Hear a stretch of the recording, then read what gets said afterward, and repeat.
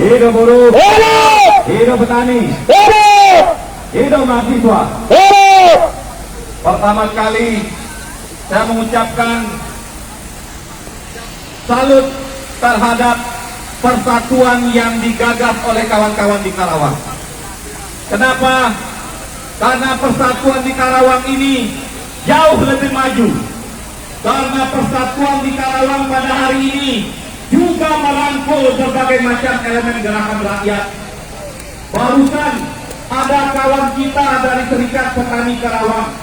Mereka ikut bergabung dalam aliansi kawan-kawan di Karawang. Tadi saya lihat rombongan kawan-kawan dari mahasiswa juga bagian dari aliansi yang ada di Karawang ini.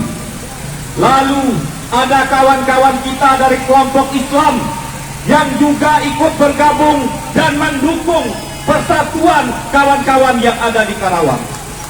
Artinya seluruh elemen rakyat yang ada di Karawang, kawan-kawan sudah bisa mempersatukannya. Apa yang mempersatukan elemen rakyat yang ada di Karawang pada hari ini? Satu hal yang mempersatukannya adalah ancaman terhadap kesejahteraan rakyat akibat akan diberlakukannya RUU Omnibus Law ini. RUU ini tidak hanya mengancam kepada kaum buruh. RUU ini tidak hanya berbahaya bagi kaum buruh. RUU ini juga berbahaya bagi gerakan mahasiswa, kaum mahasiswa. Karena selesai mereka di bangku kuliah, mereka juga akan masuk ke dalam dunia kerja.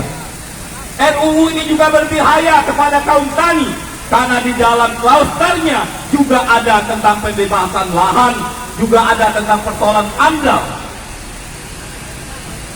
RUU ini juga berbahaya bagi seluruh elemen gerakan masyarakat yang lain. Kita perlu tahu dasarnya apa RUU ini dibentuk oleh pemerintah. Saya sedikit bercerita kepada kawan-kawan. Kalau kawan-kawan ingat, semenjak pemerintahan Jokowi menang tahun 2014, dia sudah mencanangkan sebuah pembangunan infrastruktur sebagai sebuah prioritas untuk mengundang investasi masuk ke Indonesia. Pembangunan infrastruktur mulai dari jalan tol, pembangunan pelabuhan, pembangunan bandara, dikebut, semuanya dalam kerangka menarik investasi masuk ke Indonesia. Tapi ternyata pembangunan infrastruktur belum mampu menarik investasi untuk masuk ke Indonesia. Lalu pemerintah Jokowi juga membuat program baru. Mereka juga menyusun program yang namanya paket kebijakan ekonomi. Ada 16 paket kebijakan ekonomi yang sudah dikeluarkan oleh pemerintahan Jokowi dalam periode pertamanya. Salah satu paket kebijakan ekonomi yang memicu terjadinya pemogokan umum kaum buruh pada waktu itu adalah paket kebijakan ekonomi jilid 4 yang di dalamnya ada PP 78 yang membatasi upah hanya pada tingkat inflasi dan pertumbuhan ekonomi. Ternyata kembali paket kebijakan ekonomi 1 sampai 16 juga tidak mampu menarik investasi masuk ke Indonesia. Lalu pemerintah Jokowi juga membuat program yang namanya tax amnesty. Tax amnesty ini adalah cara upaya untuk pengampunan pajak kepada orang-orang Indonesia yang menanamkan uangnya di luar atau menyimpan uangnya di bank-bank di luar negeri sana. Silakan kalian tarik uang kalian ke Indonesia, lalu kalian tidak perlu lagi membayar pajak yang sudah kalian tunggak selama ini. Ternyata kembali tax amnesty juga tidak berhasil. Uang yang masuk ke Indonesia tidak sama dengan apa yang ditargetkan oleh Sri Mulyani. Lalu pertanyaannya pada kita, kenapa infrastruktur, paket kebijakan ekonomi, tax amnesty tidak mampu menarik investasi masuk ke Indonesia? Kenapa? Karena masalah investasi tidak masuk ke Indonesia bukan karena persoalan semata-mata infrastruktur, bukan karena persoalan paket kebijakan ekonomi, tapi persoalan utama tidak masuknya investasi ke Indonesia adalah karena korupsi yang merajalela di negeri ini. Persoalan korupsilah persoalan utama bersama, dan itu bisa kita lihat dalam keputusan World Economic Forum yang mengatakan investasi tidak masuk dalam urutan pertamanya adalah pada persoalan korupsi yang ada di Indonesia. World Economic Forum juga mengatakan persoalan regulasi ketenagakerjaan ada di urutan nomor 14, bukan urutan nomor 1.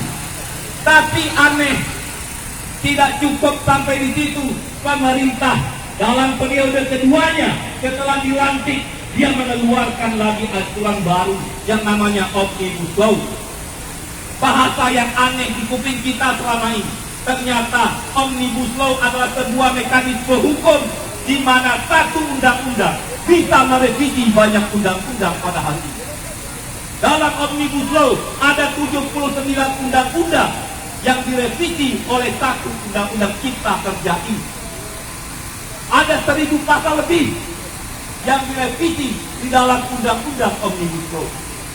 Dalam undang-undang Omnibus Law yang terdiri dari 11 klaster, tadi dari kawan-kawan petani menjelaskan salah satu dampak yang akan terjadi dihilangkannya analisa lingkungan atau izin lingkungan untuk sebuah investasi.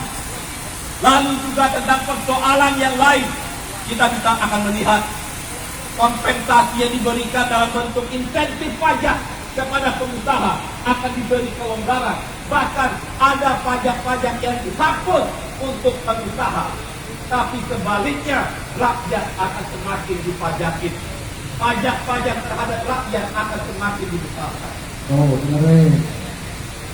Kita juga bisa melihat dalam masalah ketenagakerjaan yang paling membahayakan bagi kita pada hari ini, yang menyangkut persoalan hidup kita ke depan, hal yang paling prinsip masalah ketenagakerjaan.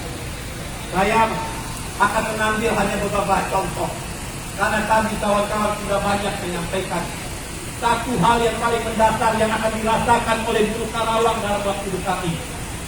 Salah satu pasal dalam Undang-Undang Omnibus Law adalah tentang bagaimana ke depan upah hanya akan ditetapkan di tingkatan provinsi semata. Tidak akan ada lagi penetapan upah UMK, tidak ada lagi penetapan upah UMSK.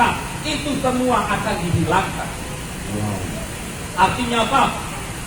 Artinya kalau upah hanya ditetapkan dengan UMK, saya mau bertanya kepada kawan-kawan pada hari ini, berapa UMP Jawa Barat? 1,8. 1.800.000 UMP Jawa Barat pada hari ini. Lalu berapa UMK Karawang? Belum tahu. 4.200.000 ya. UMP Jawa Barat 1.800.000. UMK Karawang ada 4.200.000. Besok dalam Undang-Undang Omnibus Law penetapan upah hanya sampai di tingkatan provinsi. Rumus penetapan upah adalah pertumbuhan ekonomi di provinsi Jawa Barat. Kalau seandainya kita ambil rata-rata pertumbuhan ekonomi 5%, kalau 5% naiknya berapa? Kalau 1.800.000, 1.950.000, 1.950.000. Kira-kira rata-rata seperti itulah upah tahun 2021 nanti. Untuk Jawa Barat, gubernur akan menetapkan upah 1.950.000 atau 2 juta untuk provinsi Jawa Barat. Karena tidak ada lagi penetapan UMK, artinya apa? Di Karawang tidak akan ada kenaikan upah. Kenapa tidak ada kenaikan upah di Karawang? Karena kenaikan upah hanya sekarang ini dalam Undang-Undang Omnibus Law hanya di tingkatan provinsi. Tidak ada lagi UMK, tidak ada lagi UMSK. Artinya bisa dikatakan tahun 2021 kalau undang-undang ini goal, tidak ada kenaikan upah di Bekasi, tidak ada kenaikan upah di Karawang, di Bogor, Purwakarta, dan yang lain-lain yang upahnya sudah di atas 2 juta, tidak akan ada kenaikan upah. Lalu apakah kita akan diam? Tidak. Apakah kita akan membiarkan upah kita tidak akan naik? Tidak. Bisa dikatakan nanti 10 tahun ke depan tidak akan ada kenaikan upah bagi yang sudah di atas 1.800.000 pada hari. Karena kenaikan rata-rata 5% ya, untuk mengejar sampai 4 juta itu bisa 10 tahun ya, baru akan ada kenaikan upah nanti untuk di Karawang. Lalu bagaimana buruh-buruh akan bisa hidup? Itu satu hal yang akan langsung dirasakan oleh buruh-buruh di Jawa Barat, terutama di Bekasi, Karawang yang upahnya lebih tinggi dari UMP pada hari ini. Karena ke depan upah hanya berdasarkan UMP, tidak ada lagi UMK. Lalu persoalan ini betul. Tidak ada batasan waktu, tidak ada batasan jenis pekerjaan. Semua jenis pekerjaan boleh dikontrak, semua jenis pekerjaan boleh di outsourcing. Artinya tinggal tunggu waktu bagi pekerja tetap, bagi pekerja organik untuk di PHK lalu diganti dengan pekerja kontrak dan outsourcing. Tidak ada yang aman pada hari ini. Mau buruh tetap, mau buruh organik, tidak ada yang aman. Untuk itu gerakan menolak Omnibus Law tidak hanya bagi buruh kontrak dan outsourcing, bahkan seluruh elemen gerakan buruh juga harus terlibat, karena ini menyangkut nasib dan masa depan kita dan generasi yang akan datang. Ya. Lalu pertanyaan terakhir yang ingin saya sampaikan dalam forum yang baik ini, bagaimana cara kita menggagalkannya? Sekarang draft itu sudah ada di DPR. Apakah kita akan bergantung dengan yang ada di DPR? Apakah kita akan menyerahkan nasib kita yang ada di DPR? Kalau kawan-kawan membaca media terakhir, 70% parlemen yang ada di DPR sana, anggota dewan, menyatakan mendukung Omnibus Law. Dan itu sangat rasional dengan komposisi pemerintahan dan partai-partai pendukung pemerintah pada hari ini. Mereka menjadi mayoritas.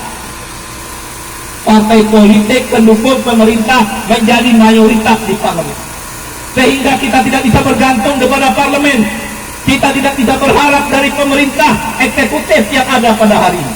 Satu-satunya harapan yang akan bisa menggagalkan Omnibus Law adalah persatuan dari kekuatan gerakan buruh dan gerakan rakyat di seluruh Indonesia. Ya, upload lah. Dan itu kita sudah bisa buktikan. Hari ini Karawang memberikan contoh yang baik. Persatuan buruh, petani, mahasiswa, itu sudah menjadi contoh yang baik yang bisa ditiru oleh kawan-kawan gerakan lain. Kemarin Jambi, Palembang dengan puluhan ribu buruh turun ke jalan. Surabaya, Makassar, Jawa Tengah juga turun ke jalan-jalan. Jakarta juga turun. Hampir semua kota sudah bergerak. Tinggal menunggu lonceng waktunya. Kapan akan diadakan pemogokan umum?